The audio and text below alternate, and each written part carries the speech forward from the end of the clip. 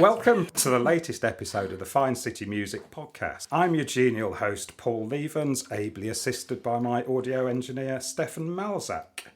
My guests today are two members of a four-piece from Norfolk, taking inspiration from old soul, blues and surf music, and which the band claim to deliver with their own unique blend of swampy guitar, clanging bass, fuzz and spring reverb. According to BBC Introducing, their beautiful euphoric soul and R&B, dark, haunting and cinematic sound filled with raw, emotive, bluesy vocals. And according to Dan Orbach of the Black Keys, I love Jack's voice. According to Jess Hooker from Howling Rock Radio, I'm telling you, if you want someone to fall in love with you, then call them right now, invite them over and give Mama Ono's Mamasaurus a spin, and I guarantee that you'll close the deal today. I'm also unusually going to quote myself in here. Cool. Imagine the Black Keys partying with the Beach Boys with guest appearances from Takeshi Terauchi, Graham Parsons and Curtis Mayfield along with others. Fuzz-u-lator, their difficult second album, is actually released today, the day we're recording this, and apparently it further exemplifies their commitment to creating a unique listening experience. Fresh from their appearance this previous weekend at Red Rooster, and as I say, on the day that they're releasing their difficult second album, Fuzz-u-lator, I'm talking today to Jack and Ree from the Gascoigne Family Band, otherwise known as Mama Oh No. Jack and Ree, thanks for coming in. Thank you for having us. Yeah, no, I've been looking forward to this one since we met up back in, it was about a month ago now. Yeah, it was April. Albion Nights. Yeah, Albion Nights. Yeah. I did also have another alternative introduction, but you're not all there, so it won't work. But I was going to introduce you, because I'm always interested in origin and meaning of names. Yeah. So I was going to introduce you all as God's Promise, the Thunder Goddess. You're a beautiful woman who will lead us to victory, and you're a jackhammer.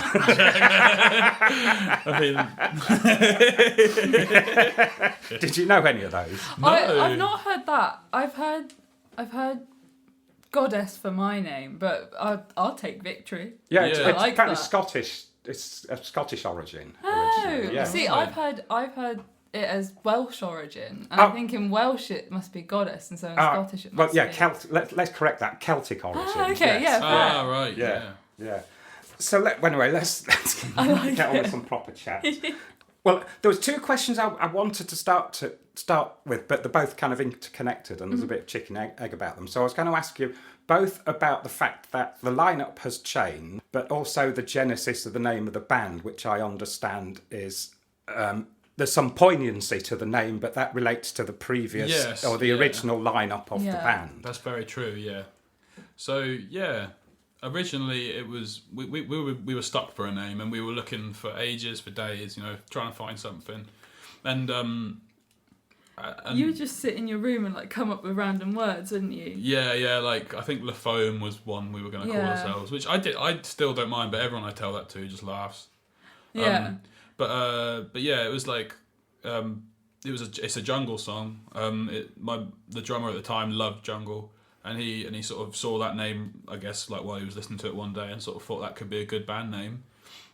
And sort of for him, it was like a light way of looking at Family tragedy. Family tragedy, I suppose. Yeah. Yeah, that was what I understood. Yeah. Was more when told me that. Oh, right, yeah. And I think that's really lovely, and I don't know, I sort of don't have the heart to change it now, really. Yeah, it kind of struck a chord, but now it feels it would be odd to change it. Yeah, it would be. Yeah. But, I'd say it kind of works in the sense of, I tend to think that band names ought to give some sort of notion of what you're going to...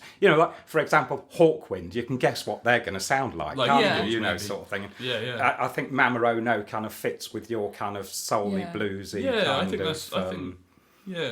I agree. kind of thing. But, the question I really want to ask is, how come you've got Dan Auerbach amongst your fans? So, it's crazy. It's so crazy. But a few years ago, we put out a live session with our mate Jason, who runs the Crunch, and I just thought I'd send it over to his label, and then after that, They watched it and he kind of replied to you like, this video is brilliant. Who's like, because during it the sound guy Jason is sat like eating a sandwich in the video. Yeah, and he really liked that and stuff, and like and they kind of got in touch saying they wanted to work with us and stuff, but then there was some tragedy over there as well. So it was right as lockdown happened. Yeah, and at the same time there was a hurricane in Nashville. Yeah, so like they were in no business to be doing business with people in a different country. And unfortunately, they've not got in touch since. But I'm always sending them stuff to try and get their interest. I was going to say your support slot on a Black Keys UK tour is still awaits. It's still await. Yeah. So, well, I was going to go right back to the start, and you'll have to tell me the name of the. You grew up in a small village in North Norfolk near Cromer, is that right? Yeah, I grew up in Northrepps. Northrepps. Yeah. Tell me, as somebody who's an outsider from coming to Norfolk, Norwich about 10 years ago, I would imagine that the notion of growing up in a small Norfolk village is quite idyllic. Is it? Yes. Yeah. I love it. In a lot of ways, yeah. Because have you grown up in the same village? No, I grew up the other, like South Norwich. It's but a very I've lived, similar sort of place. Yeah, and I've lived with Jack for the last 6-7 years. But I feel like I'm in like a Studio Ghibli film all the time. It's just so beautiful everywhere. It is. But like we're not massive party people. No, so me and you anyway. Yeah, just us two. So it works out quite well for us. Whereas I was going to say I've seen some social media videos of you partying at Red Rooster this weekend. It's gone. Yeah, and that was so lovely. And the twins live in the city now, so that fits them really well. Yeah. Sorry, we should say, just for the benefit of listeners, the other two members of the band who can't make it today are Izzy and Tordy, who are twins. Jack's younger twin sisters. Yes. Yeah. So I guess then it's the question I was going to ask. I mean, particularly in the sort of family context, is sort of growing up and initial sort of interests in music. Have you been playing music since you were playing music, writing songs since you were little kids? Well, I've been playing music since I was about 9 or 10 years old. I've been picked up a guitar around then, sort of started learning other people's songs, but then sort of drifted into doing my own stuff. I don't really know when that started, but it was around high school, I think. You were in like different high school bands. Yeah, I was in a couple of different high school bands and stuff. And Rihanna always played some music. I used to play bass in high school, but haven't done that in a really long time. But also, Jack's family, as soon as I met them, I walked into the house and was like, this is a musical house, because his mum plays the piano and there's guitars everywhere. And when I met you, I think Izzy was sort of starting bass a little bit. She's kind of dabbled in it through the years. And Tordy's always been a bit interested in keys and stuff, hasn't she? Yeah, so, I played a bit of guitar and stuff as well. Yeah, ukulele. As long as I've known you, you've all been doing something musical. Yeah. Oh, that sort of. Again, I have this sort of romantic notion of you growing up in precisely the environment you've just described. Because the other thing I would say, certainly listening to your music, there is so much in it. You've absorbed a hell of a lot of music and musical history to kind of synthesise all that into what you do. That's right. You just got to be a sponge, haven't you? Yeah. Because what were you listening to sort of growing up, or what were your parents introducing you to? My parents, growing up, were listening to a lot of goth stuff, like Sisters of Mercy and stuff like that, and The Cure, and all that Green sort of Day thing. or anything. Yeah, Green Day. Oh, so you've not grown up with you've not grown up with Link Ray and no. You kind of discovered that all yourself. Yeah, and my grandma showed me a lot of Beach Boys and stuff, and I think I think she might have even showed me Link Ray. I'm not entirely sure. Someone that showed me Link Ray early on, but Link Ray and stuff is good. Great, love stuff. Oh yeah, it was the first of the influences I think that came to my head of sort of things. Yeah, he is a big one. Yeah, you kind of sound like. And was there a musical entity before Mama Oh No? Yeah, so I had a band called Gentlemen, and we did quite a bit of nice stuff, a few nice things. That's when I met you. That's when Gentlemen. we actually met at one of my gigs at the Waterfront.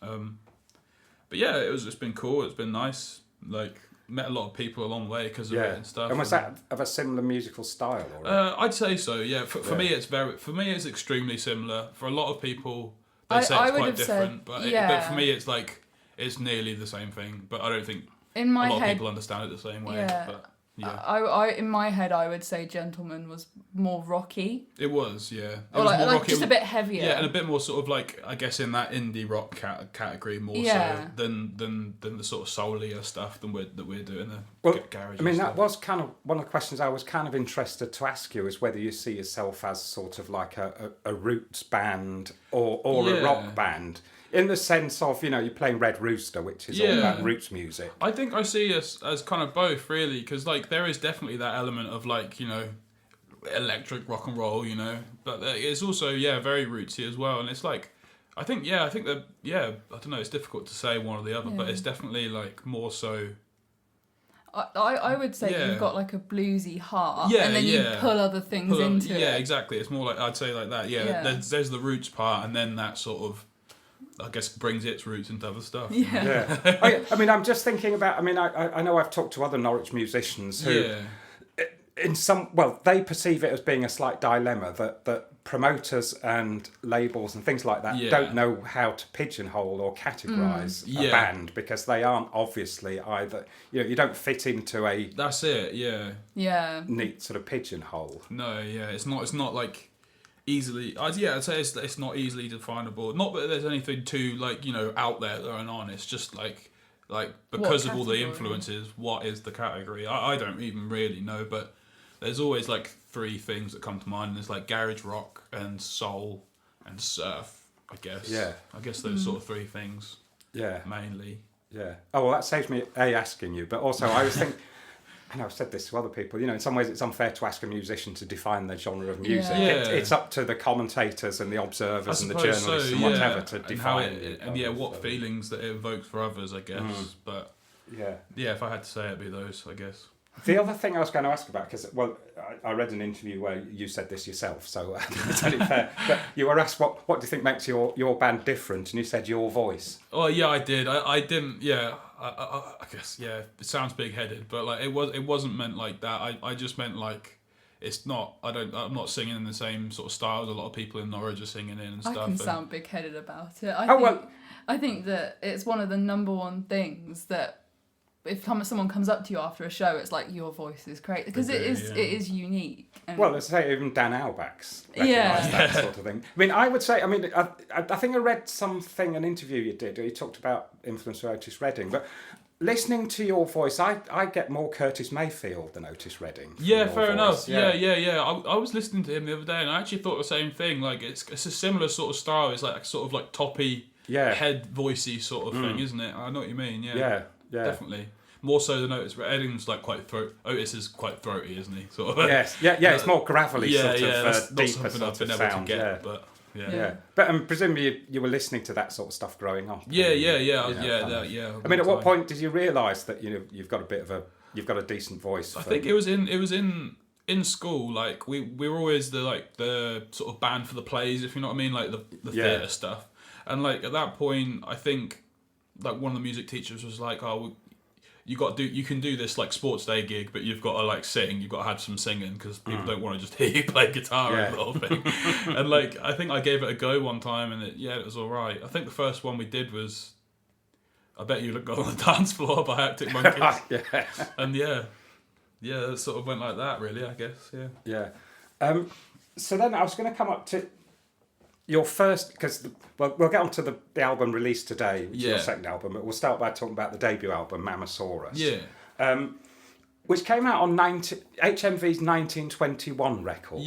Which, as I understand, was set up to find new talent through the in-store shows that HMV put on and to sign them.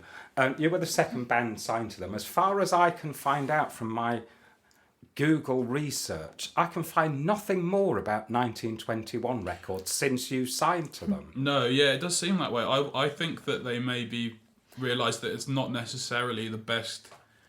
The thing is, I think when we were speaking to them, it was very much like a side project for the people running it, which I think was kind of more for HMV to prove that they were supporting smaller, like grassroots artists than it was for them to really make a big label. And they did really help us out, because we wouldn't have gone on that tour without Phil knowing the guy from Spectre. So We wouldn't have put an album out. Yeah, we wouldn't have put an album out either, obviously. Well, we probably would have put it out, but not on a record. Yeah. But yeah, I think that's probably why there's not much about it online, because I think they're less bothered about promoting the actual label as much as they are like supporting artists. Yeah. Yeah, or the conclusion I came to is 1921 Records doesn't exist anymore. It's not a going concern. No, yeah, I think there is. Yeah, they might have stopped it now. Yeah. I mean, would you know what sort of numbers they sold? I think they either made 300 or 400, and I think we sold about 200, maybe 250. and we've got like somewhere in that. We've got something like 50 left or something. Yeah, there's not many left. So, yeah. But at least it's not like you're having to go to the expense. No, that's exactly. it. Like we were very lucky to have them pay for that. Yeah, it was a really good first experience. It really was. Yeah. And did you record that at the Crunch? You recorded most of it yourself, but I think Jason. All of it I did myself. Yeah, I was going to say. Or let me ask the question another way. Tell me about the recording process. Yeah. So with with a lot of them, with I think 3 or 4 of them, they were done like sort of with the old band in the studio, like kind of one track after another kind of thing, like drums, and then we'd do bass, then we'd do guitar kind of thing. And that went quite nicely. I thought, pretty good recordings and stuff. Then there was a lot on that record that also was just, I think the one, you can kind of hear it, the ones that are like more saturated and kind of a bit muddy and a kind of a bit more clouded, they're the ones that I did on my own. And the ones that are a bit clearer and sort of more, I don't know, a bit tamer, not tame in a bad way, but yeah. So have you got recording facilities at home? Yeah. We in lockdown we built a small studio out of fridge material. Right. Like the big meat freezers that they have in like Tesco's and that sort of thing. And it's been brilliant. Like it's been really good to have that. I'm gonna guess that using something like that gives you a bit of an echoey sound. Yeah, it can do. Yeah. It's not. I mean, it's not the most world's greatest studio for sure. No, but it served us well for it the last sort of few years. Yeah, and it's been great. Like Jack it means I can just record stuff and get it out there. And Jack always manages to find like random musical equipment or random recording equipment, so it's nice to have somewhere to store it all. Yeah, no, it really is, and it looks good when you sort of put it together, all of the just random bits of gear in there. Yeah. So I've got cheese all over my leg from that sandwich. You just reminded me of a story which probably won't stay in the podcast. It's about Peter Green, Fleetwood Mac. Yeah. Because he was quite ill mentally. I didn't know that. It was an interview with one of his then bandmates, I forget which one, who's saying, well, I'd seen him one day and he had a piece of cheese in his beard. Oh. The thing was, I saw him a week later and he still had the piece of cheese in his beard. That's awful. Oh my lord, that is. It's just one. Yeah, so thank you. It That's came to nuts. mind talking about cheese. So That'll if we move stick on then Yeah, to that will stick with me as well.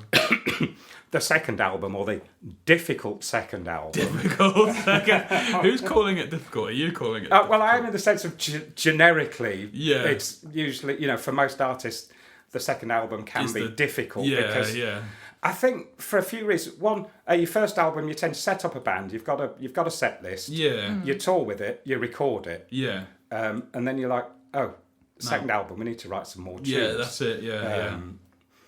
Sort of thing. But I don't know whether you were in that boat or whether you had so many tunes already in your head that it wasn't. Yeah. So the thing is, like, I'm always recording stuff, and so like, there's like a lot of stuff. It's basically this next album, this one that's coming out today, is made up of stuff that's like, lots of stuff that I sort of had and then sort of put together that felt nice together, and like it was also sort of just stuff from the period between like the last drummer and Brianna being the new drummer as well. So it was like a lot of stuff I did on my own sort of thing. Yeah. I mean, there's not a day that I come home from work and he doesn't show me something new he's recorded. Yeah, so there's like always. So it was kind of nice. It was kind of as. But the other three of you still play on the recordings. Not on this album. Not on this album. Oh, is it all you? It's all me on this album. It kind of right as the last members were leaving was as you were Finishing sort of being offered this album and putting it together. It was like kind of coming so together. it kind of it's like although we're playing it all now, it's really more of an expression of Jack's like final, I don't know, ideas from that period of time. Well, I was going to make an observation and then I'll explain to you why I made that observation. But comparing the first album and the second album, the second album has a more laid-back, chilled-out, warmer feel to it than the first one. But I assumed that warmer feeling came through the fact that you were a family playing together, and that kind of would naturally create a kind of warmth amongst a group of musicians. The warmth, exactly, came from having the freedom, I suppose, and they were, even though they weren't on the records, they were still very supportive of me while I was making the records, and at around the time of me finishing all the records, it was all coming together with us four, so like it was feeling all warm around that time. I really think that if we would now do an album together, like actually all of us recording together, I think it would sound incredible. I really think it would. I'm trying to do more of that. We've just done this last weekend. Later on in the year, we were going to have a 7-inch coming out with Voodoo's. And a small studio called Bam Bam Records. It's not a small studio; it's massive. Bam Bam Studios. Yeah. And that was our first time recording together as a band, and it was great. So good. It sounded so good. Yeah, I can't wait to do it again.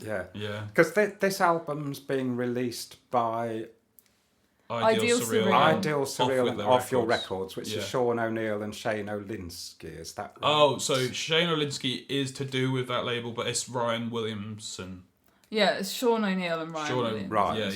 Yeah, they're the main people we've spoken to, Yeah, because I don't know if you listen to I've had Sean on this podcast before. Have you? Yes. Oh, have you really? Yeah. But at that time he didn't have... He was one of those people who told me various things that he got in the pipeline but said, don't put those in the podcast. Right. Okay, Although at the time he didn't mention he was going to be setting up a label and releasing an album. But I don't know whether... I can't remember how long ago that was, so it probably wasn't in the pipeline back Might not have been then, sort of thing. So how did that come about? Because as far as...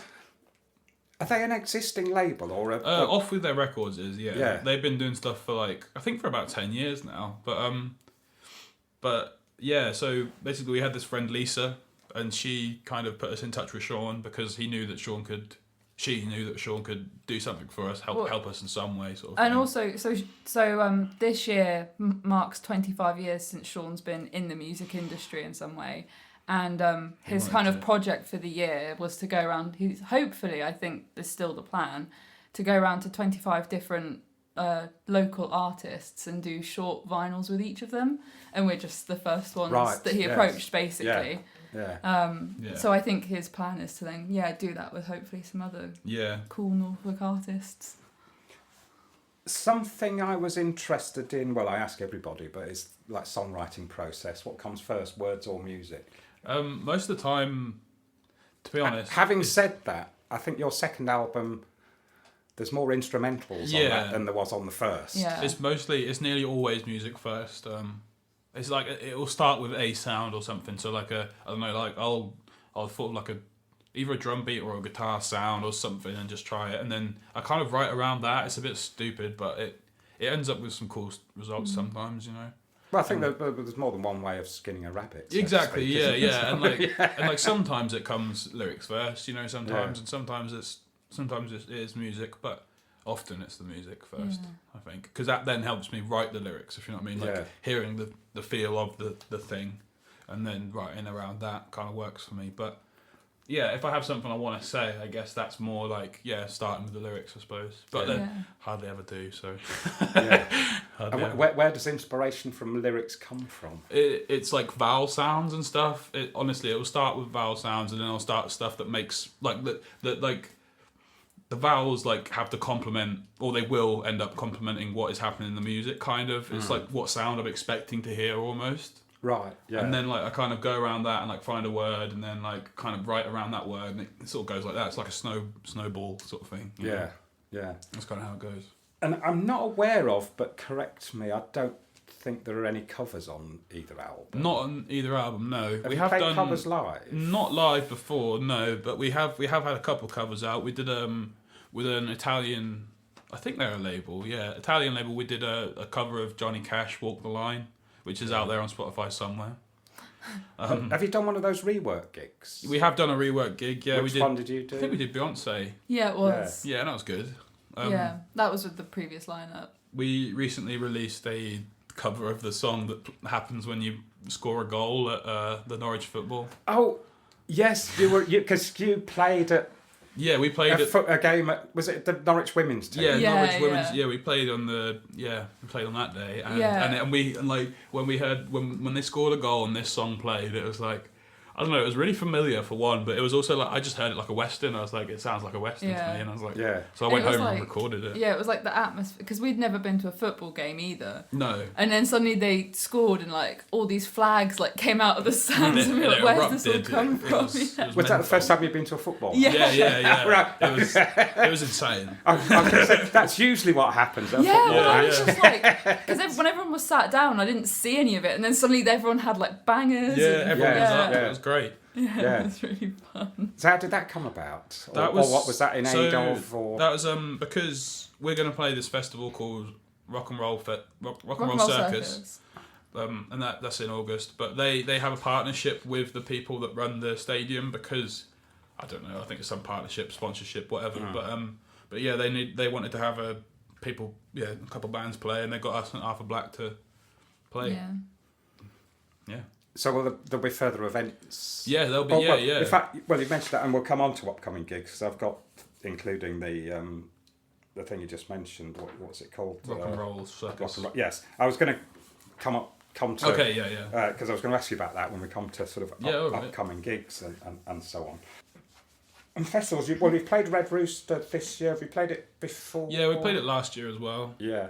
And that was great. I think it was great this year as well. It's really good festival. Yeah. Yeah, I didn't go this year, but that was my No, my first festival I've played. Yeah. is it? Yeah. Yes. Yeah. Yeah, I loved it. What time of day were you on?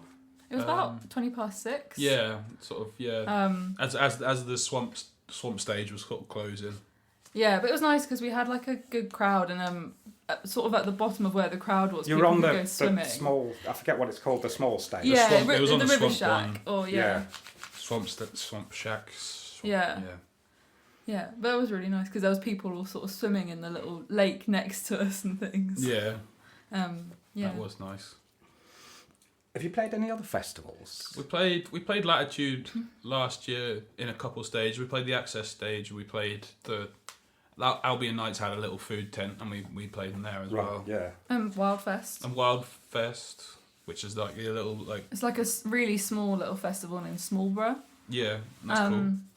And then also, you've done Wild Paths before. Yeah, done Wild Paths before somewhere. I can't remember. And, where. well, you're doing Yeah. Wild Paths this year. Yeah, this yeah. year, Another Norwich musician had posted out the lineup to Wild Yeah. Paths saying, Yeah. I'm playing Wild Paths this year. And I looked at it, I thought, it'd be easier to write a list of Norwich acts not Yeah. playing Yeah, no, Wild Paths. yeah, that's Yeah. so true. Yeah, It's kind of like everyone sort of posted it all at once suddenly. Yeah. I mean, that's not to disparage no, yeah, No. Wild it's Paths or true. Norwich music scene. In some ways, it's fantastic celebration of Yeah, the it Norwich is, music yeah, scene. definitely. Yes, yeah. Something I wanted to ask about, because this is something I know is about growing an audience outside of Norwich and Norfolk, because I think it's probably fair to say, I mean, I could probably name half a dozen bands who could sell out a headline show at Norwich Arts Centre who could struggle to get a gig outside of Norwich. Yeah. That's so true. It's weird. I think it's very difficult to grow a following in other places without playing there a few times, and it would take. It's having the budget to do having that. the isn't it? budget and also having the few years to like kind of grow it, because you can't just keep playing in one city for like Because if you a month. You've got to give it some time between so that people will come back. So because you mentioned touring. I yeah. don't think I've looked up where you've been on touring. Yeah. So you've toured around the UK then? Yeah, we Yeah. toured it. We went with Spectre. We went to Edinburgh, Leeds, Birmingham, Newcastle. Was Newcastle. it Newcastle? Yeah. Manchester, Bristol, Nottingham, Yeah. London. And But we've not gone south before. No, really. and all those places we kind of picked up at least a couple fans, Yeah. So like, Yeah, but it'd be maybe- nice to go back. yeah, it'd be nice to go back to all those places, and I feel like there would be at least a couple people if we were to go back to those places. But it's like, yeah, how do you guarantee that? How do you know like there'll be even anybody, unless you have a support band that does bring people. Yeah. And then even then, it's I don't know. It's weird to like people. I don't know. We've just not really broken into those other cities not quite yet. But I think it would be maybe better now when we've got a different lineup. So maybe it changes things. I don't know. Maybe. Yeah. So we were talking about upcoming gigs. Well, first of all, this will be out early next week, Sunday at the earliest. Yeah, okay, possibly. yeah. So it'll be after the gig. Friday night's gig. But anyway, at the time of writing, you've got your launch show tonight at Voodoo Daddy's to promote the new album, where you're supported by Santa Rita and Cosmic Surf. Yeah. Cosmic Surf, very much sort of. Santa Rita. I know them both, but bands. But yeah, Cosmic Surf sounds sort of more like your sort of thing. But I was just checking out. Then you've got upcoming gigs. You're playing Bristol in June. You're playing in Bristol. July you're at Cambridge. August is Rock and Roll Circus you were talking about. So where's that? That's I think it's Eaton Park in Norwich. Yeah. Oh, and also not on there is we're doing Brighton the Corners in Ipswich. That's in June as well. Yeah, in 2 weeks. Or next week. I think it's next week. Yeah. Yeah. And then August you've got Manchester. Yeah. You've got Redwell Brewery. Is that one of their? That's one of their thingy events in their brewery. I don't know. Yeah, I'm trying to remember what they call them. I've been to a few of them where they have live music and food and it's nice. What have you on a sort of Sunday afternoon type thing. And then you've got Sheffield in August and Wild Paths in October. Yeah. Normally at this stage, it would be the quick fire questions round. Yeah. But as I forewarned you, I've come up with a little family band quiz for you. It's 5. Well, I've got 5 bands. I'm going to read out the Christian names of all the members of the band, and you've got to guess the band. Okay. These are all pretty well known, and I would bet I'd be surprised if you don't get at least 4 out of 5, and probably get all 5. So the first one, the name. These are all bands where they're either 75% or more family members. Oh, okay. Right. Yeah. As is Mama Oh No. So the first one, the names are Brian, Dennis, Carl, Mike, and Jardine. Beach Boys. Yeah. Well, that was easy and obvious. Yeah. sense of that. So what about Caleb, Nathan, Jared, and Matthew? Oh, I don't know. Are they like, that's not the Sheepdogs or something, is it? No, if I say they're American and Mormon, from a Mormon background. I don't know. Does that add Is any? it's not the band, is it? Yeah. No, it's not the band. No. I mean, they're a band who are currently... they've been around, 10 or 15... I saw them about 15 years ago. The trouble Brian is... Jonestown? No. Oh, I don't know. A bit more popular than that. But it's the Kings of Leon. Oh, right. They're family band. Yeah, three brothers and a cousin, I think. Oh, I if had remember no right. idea. Yeah, yes. No, I didn't know that. Yeah, That's that's cool. really nice. Yeah. Oh, well, that's the thing. There are more family bands out there than people perhaps realise. Yeah. Well, I think you might get this one then. Isaac, Taylor, and Zach. I have to trust you. My musical Isaac, knowledge Taylor, is and Zach. shocking. And the name of the band is their surname. How many members are in? Bop. Oh, Might you get it? Oh, I know that song. I can't tell you. Is it? It's not Metronomy, no. No, they're called Hanson. Oh God. So you do know them all. Yeah. This one's a bit more historic. Sarah, AP, and Maybelline. But again, you will have listened to them in your musical listening history. Sarah and Maybelline. AP and Maybelline. I don't know, like the Andrews sisters, maybe. No. They do actually have the word family in the band name. The band is Carter called... Family. Yes. The Oh, Carter yeah, family, I love yes. the Carter Family as Yes. well. Yeah. Yeah, right. This one you'll get. Daisy, Lewis, and Kitty.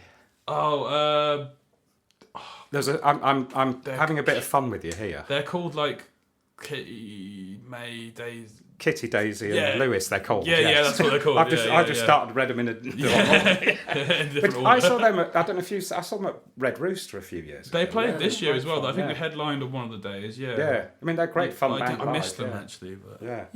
I'll have a look at them. But yeah, they're 3 siblings. Yeah. And I assume the old guy who I've seen playing on stage with them is their dad, Oh, who plays the guitar. That's nice. And I'm not sure whether the bassist in the band is also a member of the family.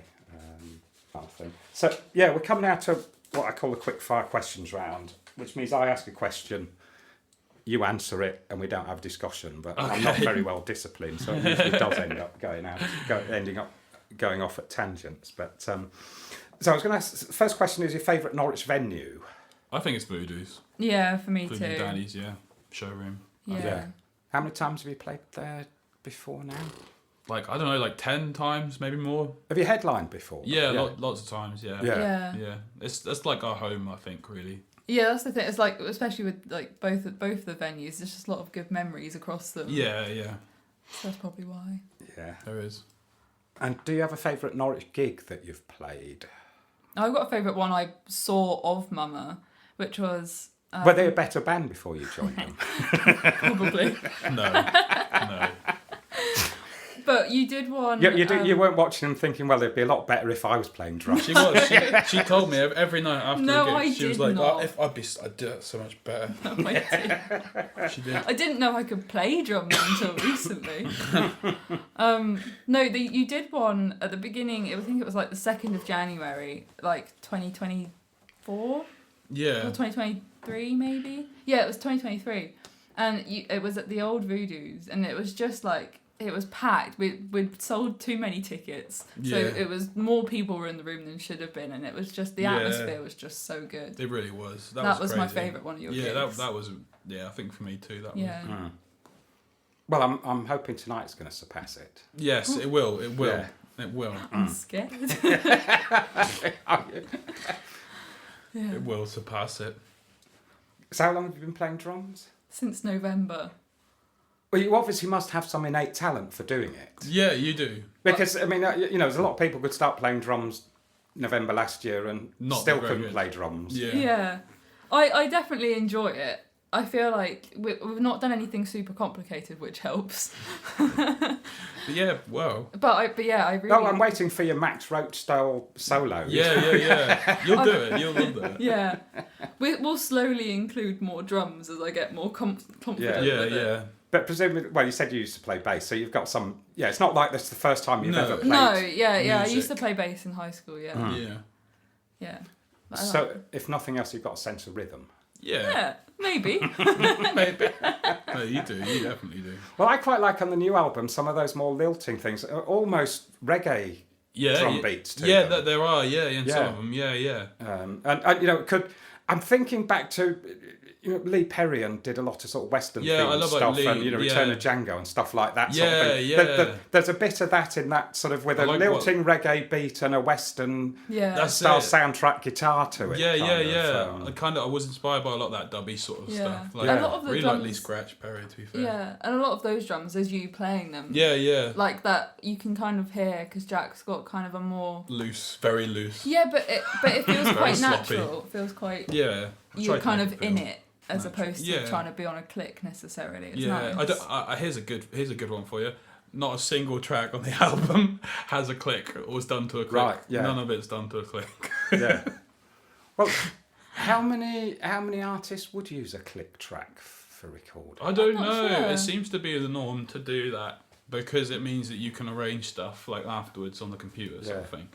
Which I think is good and fine, but just not if you for you. yeah, why not just sort of have it performed as one bit and then, you don't need to chop it up then. It can be what it is, Well, there is. I'm just thinking, because I've played in a few bands in the past. I'm no great musician. My bandmates show me what to play and I play it. Yeah. But we had the last band I was in, we had a drum machine. And as my bandmate used to tell me, do you know this? What's the difference between a drummer and a drum machine? I don't know. A drum machine can play to the click. No, you only have to punch the instructions into a drum machine once. Yeah, no, that's so true. That is actually true. That's the truest thing I've heard. Yeah. that's so true. Well, I was wondering, famously, Charles Mingus would assault any of his band members who played bum notes. But really? Are you that much of a... Oh, no. Oh, no. If I hurt people when they did bum notes... They'd all be dead. Well, because back to the other thing, asking about playing covers. The thing is, back to like bands I played. We didn't play any covers because we played covers. People would realise how rubbish we were. Yeah. I feel about myself, not about the. Yeah. I think the others could really do good stuff. Yeah. We've covers. actually been I only mean in the sense of if all you do is play your own stuff, nobody's going to know if you Yeah, play That's it right. you Yeah, know, that's how it's meant to be, isn't it? That's how, no one knows. Yeah. So have you got a favourite Norwich act apart from yourselves? Do you have one, Rihanna? You say one, and I'll say one as well. I don't know. Arthur Black's great. Floral yeah. Image is great. Afra's great. Yeah, I really like Black Magic Caravan. yeah, that's really good. Yeah, to be fair, I don't know.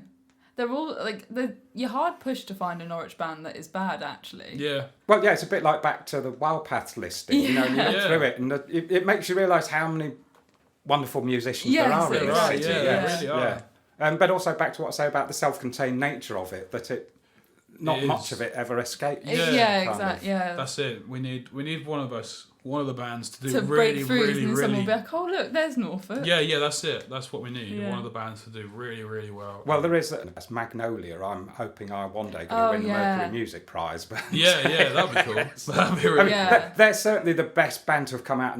Well, actually, that's a lie, because Floral Image and Brown Horse you could include in that list. You know, that are bands that have found an audience. Not just outside Norwich, but outside the UK. In the case of Brown Horse and Floral Image. That's right. Yeah. Sort of thing. So yes, it's not undoable. No, that is right. That Exactly. is It's right. just finding your right crowd, isn't it? Yeah. The song you wish you'd written. I wish I wrote "Spirit in the Sky" by Norman Greenbaum. Yeah. Greenbaum.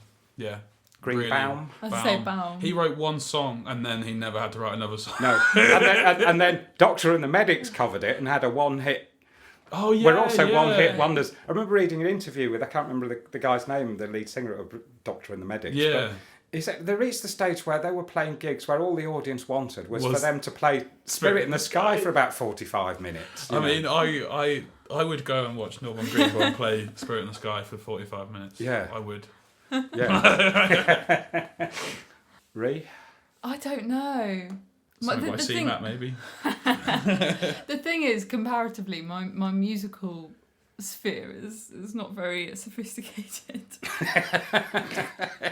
No, you know loads of stuff. You know loads of stuff, and you show me good stuff all the time. I don't know. But Well, you don't have to. I mean, Yeah. it's like, I've asked you what's your favourite Norwich act. I'd hate to answer that because Because so many good ones. yes, I'd end up offending some. Or as I say, that's it. I mean, That's what I feel like. I've gone through a succession of new favourite Norwich acts. Yeah. You know, and after coming home from Albion Nights last month, you were my new favourite act. But you know, a month on, I've now got a new favourite Norwich act. Yeah. who are a doomgaze band called Birdwitch. Oh, wow, okay. I've heard them. No. Yeah. Well, they only played their second ever gig last. I think I'm right saying it was their second ever gig last night, Voodoo's, which I didn't go to.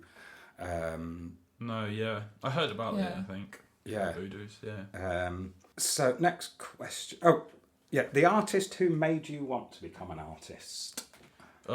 It was somewhere between, for me, the Black Keys and Jimi Hendrix, I think. Because, yeah, I don't know, they both have a really expressive style, and I think I've always struggled with my words and stuff, and I've been, throughout my life felt like I can kind of get not my words up, but my feelings at least on the guitar sort of thing.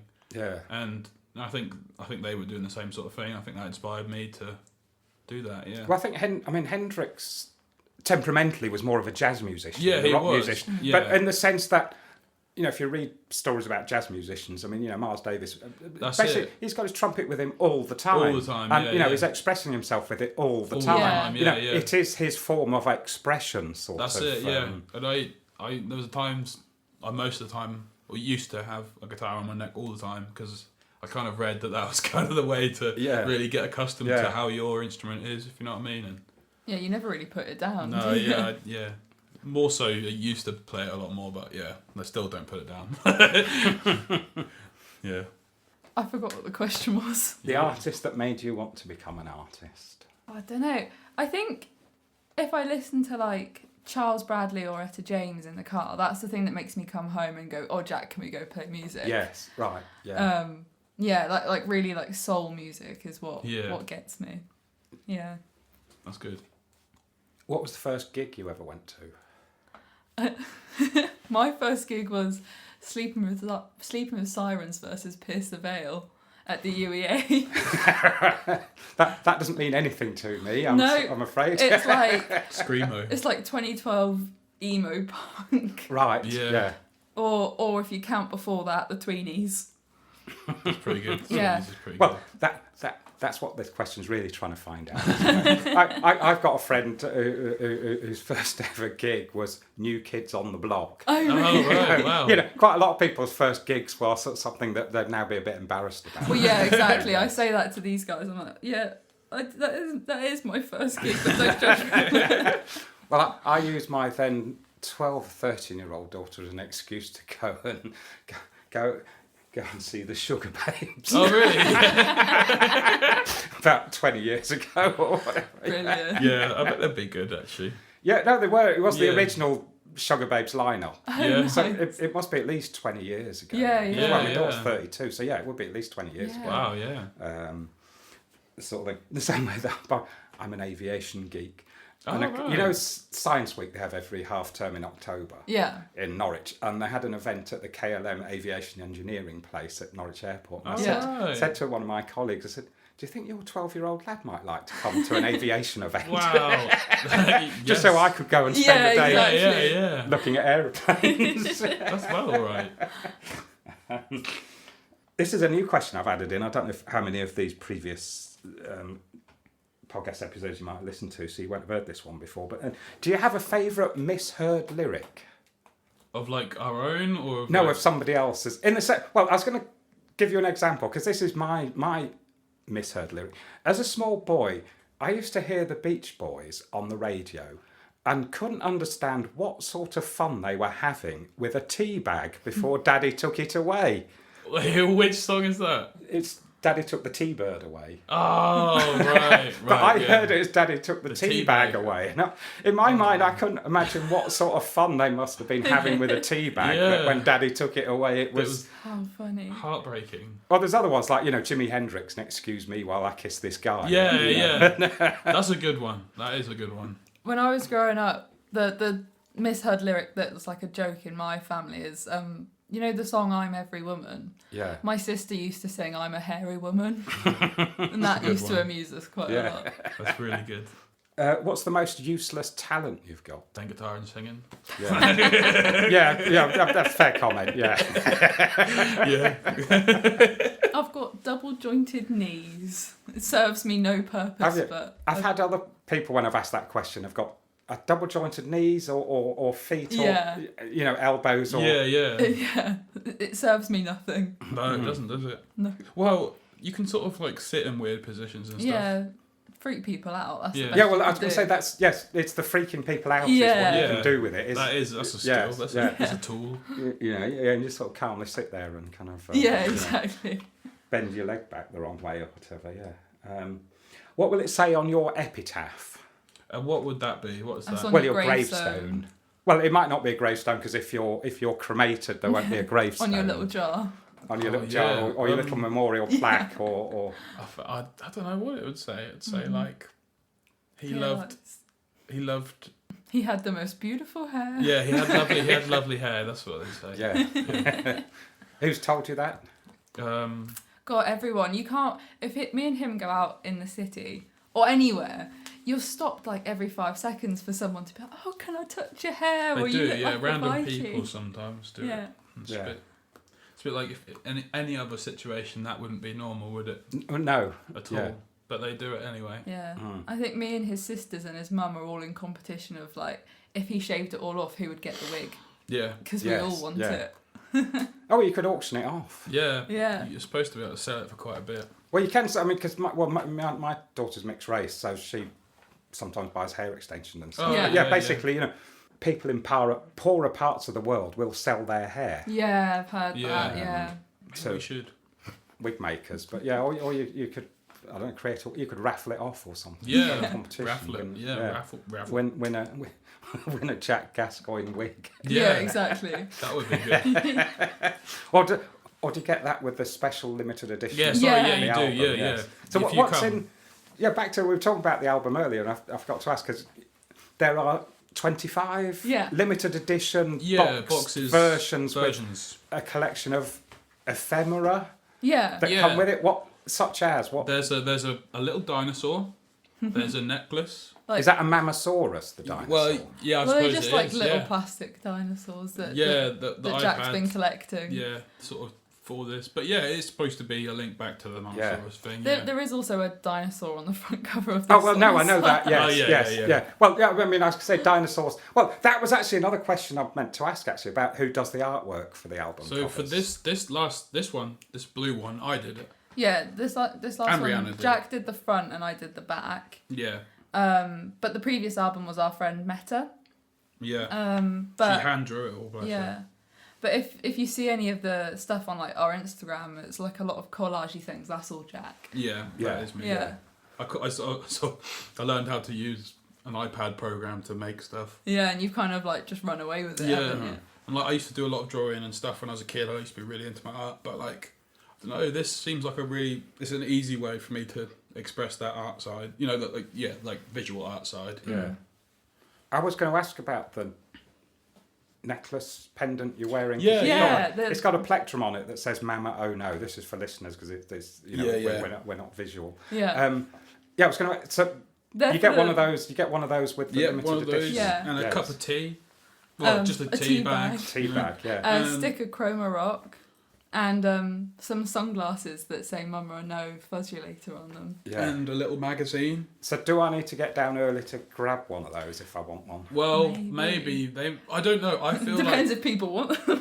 I just feel I don't know who's going to buy one. Oh, well, I was planning on buying one. Oh well, yeah. I'm that's gonna one. buy one. You're going to buy one as well. Well, you shouldn't have to buy one, should you? No, The thing is, we well, only made 25, Yes. so we have to buy one if I want one. yeah. Well, the other thing that it reminds me, because you've got plectrum with Mama on, oh no, 1979, and I was about 15 years old, me and my mates, wasn't quite the first ever gig, but one of the first ever gigs I ever went to was the Ramones at the Manchester I Apollo. love the Oh, wow. Ramones. And we were stood up near the front, in front of Johnny Ramone, and towards the end of the gig, he threw a handful of plectrums into the crowd, and they're all printed with the Ramones logo Really? printed on them.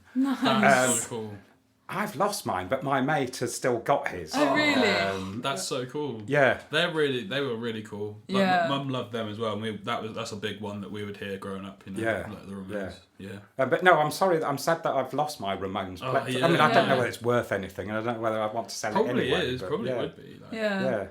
I think my mum's actually got one that they chucked off stage. It didn't have the logo on. Yeah. But, Oh, I think it was something. It was generally something you did every gig. So Yeah. Yes. And in fact, I happened to find a photo on Flickr recently from that gig. Really? It was from upstairs, so it had the whole stage. You couldn't quite make out me and my mate because it was all dark sort of. Yeah. dark sort of thing. But I was able to pinpoint roughly where we were standing at that gig. Oh, how Yeah, fun. that's Love really that. nice. Yeah. This sort of thing, which, yeah, especially, I mean, that's 1979. How many years ago is that?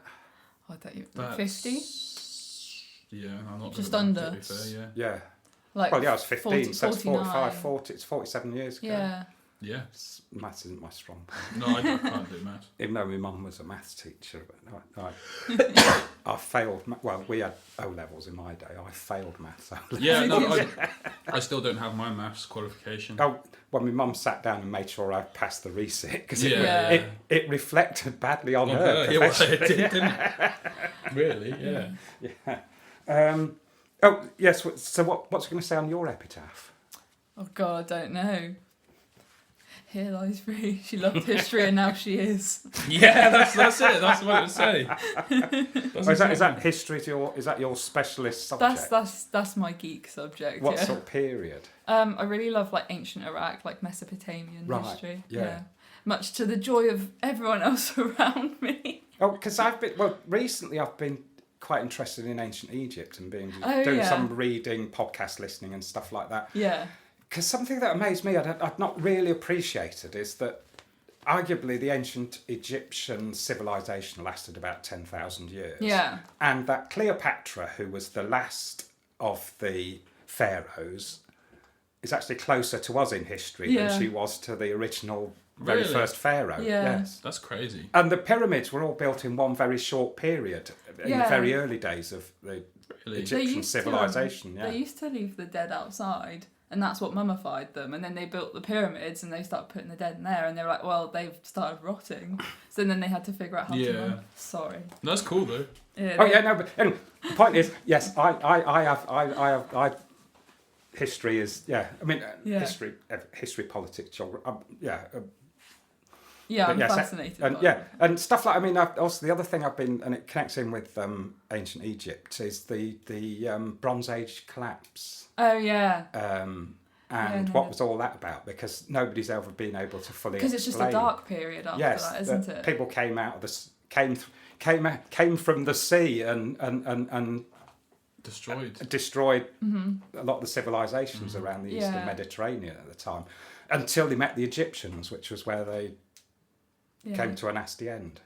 Yeah. But also the effect of it economically on the Egyptian economy was that it collapsed. The Egyptian Yeah. economy collapsed as well as a consequence of it, although they actually saw off the sea peoples. But nobody's Yeah. been able to authoritatively Say what happened. who these people were, where Yeah. they came from, why they. And there's lots of speculation and stuff. Anyway, point is, we won't go on about it. But yeah, I find all that stuff fascinating. Yes. Yeah. Yeah.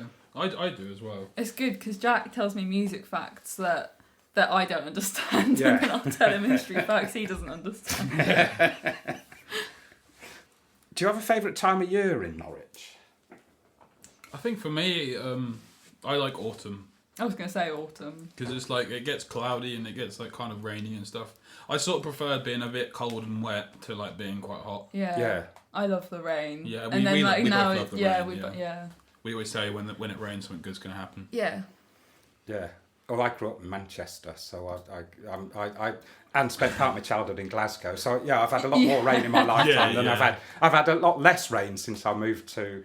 Yeah. 'Cause that's the other thing They say it's the driest point, don't they, in Norfolk? Well, yeah, it's again we're talking about history, and I talk to some people, basic O-level geography or GCSE geography.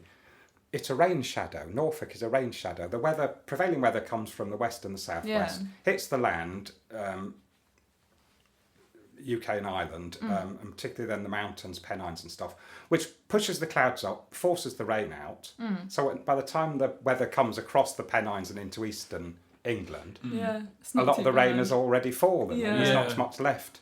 Yeah. But again, Makes sense, yeah. but I'm surprised how many people I talk to who Don't realise. blissfully unaware of that fact. Yeah. Yeah. Yeah, I said that to you the other day that we're the driest county, and you were like, "What?" Yeah. Practically a desert. Yeah.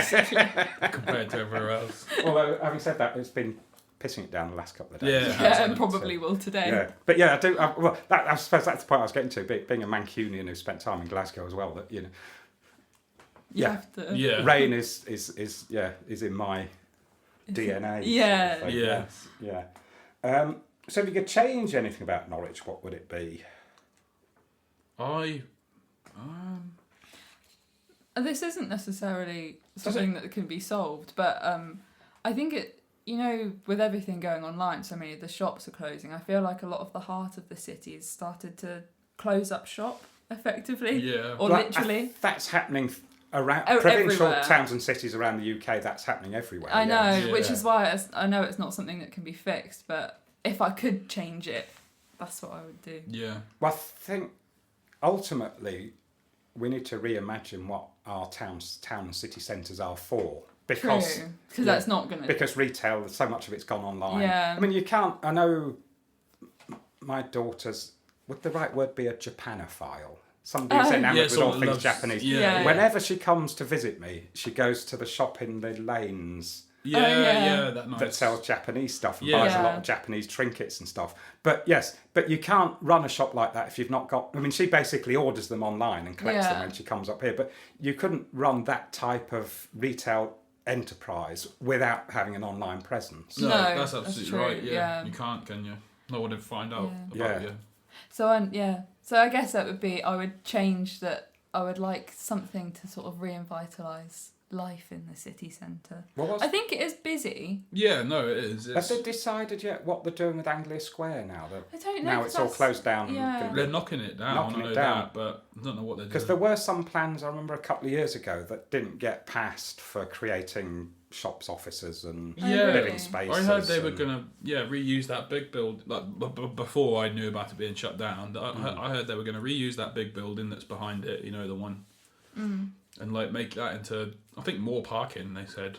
Yeah, I But, thought they couldn't knock any of it down because of asbestos, so I was surprised it was getting knocked down. I suppose if they knock it down and they, I don't know, spray water about. I don't know. There'll be protocols for Yeah. the Yeah. process by which you demolish a building full of asbestos. Yeah, I'm Yes, sure. yeah. I don't know whether I was many years ago a trade union health and safety representative. Oh, really? So, yes. Oh, right. I don't know what the rules and regulations are, but there will be rules. Yes, and I'm regulations, sure. yeah. If you could change, oh sorry, we've asked you that one. What's the most interesting thing that's ever happened to you in Norwich? Oh. I don't know. I met Jack. There might not. Be. yeah. How did you meet? In his old band, I had a friend that really fancied his bass player and wanted me to go to a gig with her, and I kind of said, well, I'll only go if there's someone that's taller than me, because I'm 6 foot Oh, already. I noticed that when I. Yeah. Well, when we were chatting at Albion, you were sitting down. Yeah. And then you stood up, and I'm like, oh shit. Yeah. Yeah, and she kind of said, well, surprisingly, the guitar player's 6'3", so you've got Yes, to come. Yeah. And then we didn't speak the whole night, but somehow liked each other anyway. Yeah. Yeah.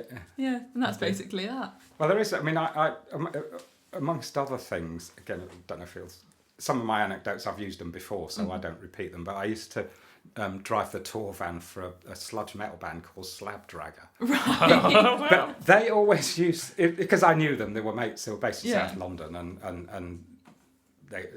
I was free at the time to drive the van for a couple of their tours. But they used to joke about the fact that if they weren't in a band, they wouldn't have girlfriends. I think that's so true, man. Like that's so true. So funny. The thing is, yeah, What allure would I have if not? it wasn't even that attracted me to No, you. I know. Yeah. Because I've made fun of you. Had you not noticed he was in a band? Well, the thing is, when I watched, I'm sorry to say this, when I watched him on stage, I made fun of him the whole time. Because I thought he had this like big emo fringe, and it was like flopping about on stage. But then when you came off, that's when I was like, oh, actually, no one tell him I made fun of him.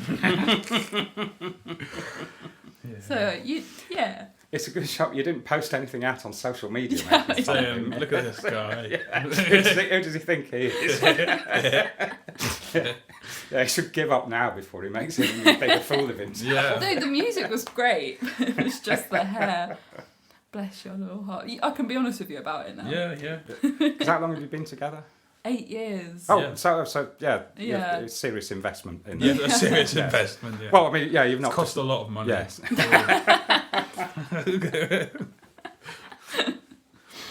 Best kept Norwich secret, Oh. apart from Norwich itself. I only have like something you just wouldn't talk about. That's the only thing I have about that group of friends that like to. No, don't worry about that. Probably not. That's enough of that. Yeah. You can include Yeah. that little Oh, no. bit if you want. Yeah. Yeah, cut that bit out. Cut- I don't know. Well, secret.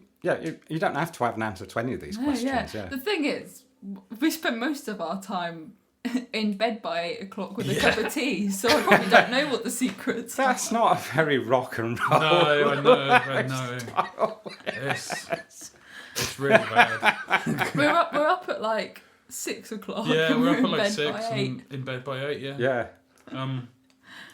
No, I mean, what secret? I imagine you're out partying every night. You know, rock and No. roll lifestyle, and We do No. we do every now and then, but really the girls party more than we do. yeah. Should we make something up about someone? Oh yeah, Like What, about a floral secret? image. Yeah, about a floral image. Secret about. they're all toad people. They're all made. They're all toad people, and they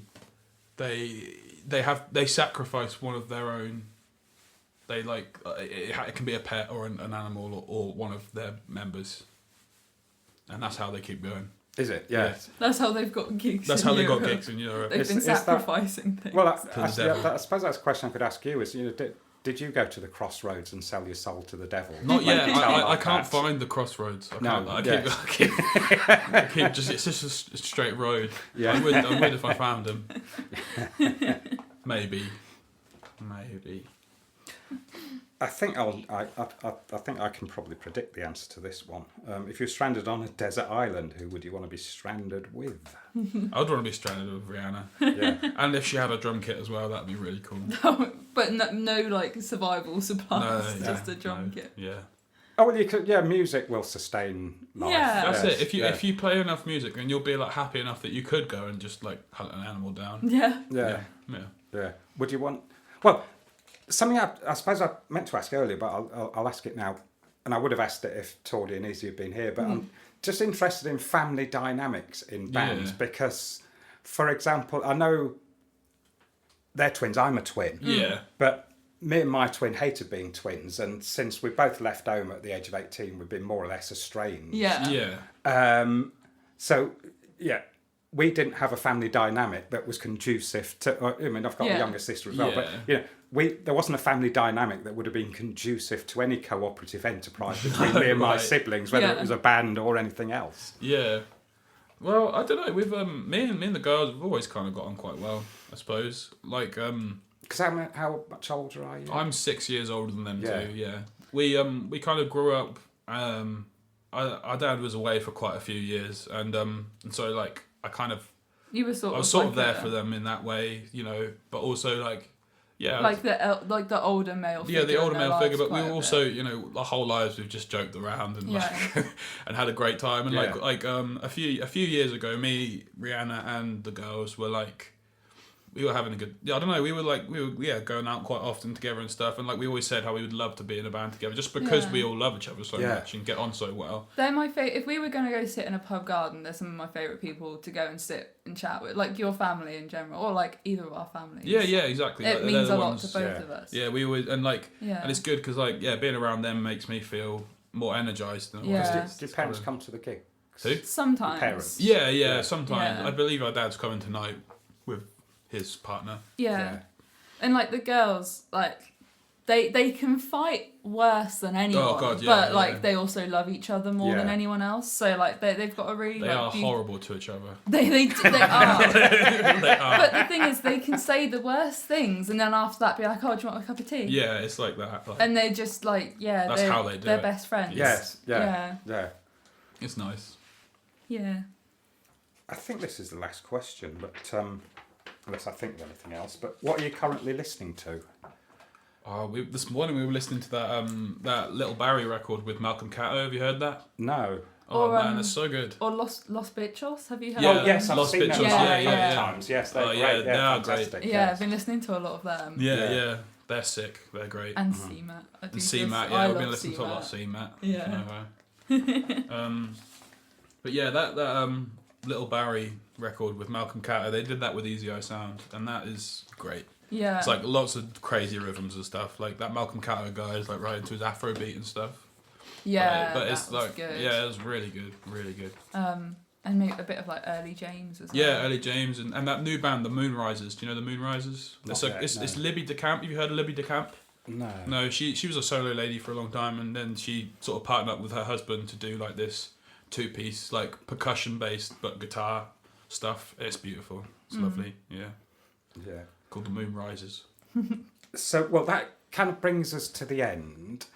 The album's out today. Yeah. Well, sorry, the album will have been out when this comes out a few days. Yeah. Where can listeners get hold? Can they get it on your Bandcamp, or is there anywhere else where they can? I think there is going to be a way. I think there's going to be something set up online that we can get it through the Off With Their Records website. Yeah. And if not, they can contact Mama I Know, and we can arrange to get to you. And well, because that was the other thing was I was thinking, will the limited edition, if you've still got any left to sell after tonight, will that be available? Yeah, that'll still be available. Yeah, we'll keep them for. Yeah, we'll probably advertise them online and stuff so people can see. And you can be heard on all the usual platforms. Spotify, all the Apple Spotifys. and Apple Music. Apple and Deezer. YouTube. And YouTube. When does it go live on? on streaming? Is it It's on actually today? not going to go live on streaming So at all. Oh yes, no. Sean in his Yeah. press release, he's It's exclusive. He's philosophically opposed to Streaming. Spotify Yeah. streaming. And I do totally agree, but at the same time, you kind of have to put your music I think somewhere. I think it's a bit difficult to be taking a stand at such a level. Like, we're not massive. No, I mean, I know, like Neil Young, for example. Yeah, he took his music all off Spotify, Yes, didn't he? but And, when you're that big, that will have an impact. That does have an Yes. impact. But like us right now, us, like really, we should post it to you want to be where people can easily get listen to and hear it. Like, Well, otherwise- it would. I mean, yeah, if I was an artist, it would be a difficult decision to make. Yeah, Yeah. it is difficult. But it's very much like, you might not know this, but last 10 years I've worked for an organisation that campaigns for banana workers' rights, and I've That's got a thorough understanding of how the international banana market works. Good. But basically, and it's the same. I don't know if you remember a couple of years ago, the stories about dairy farmers in the UK, that basically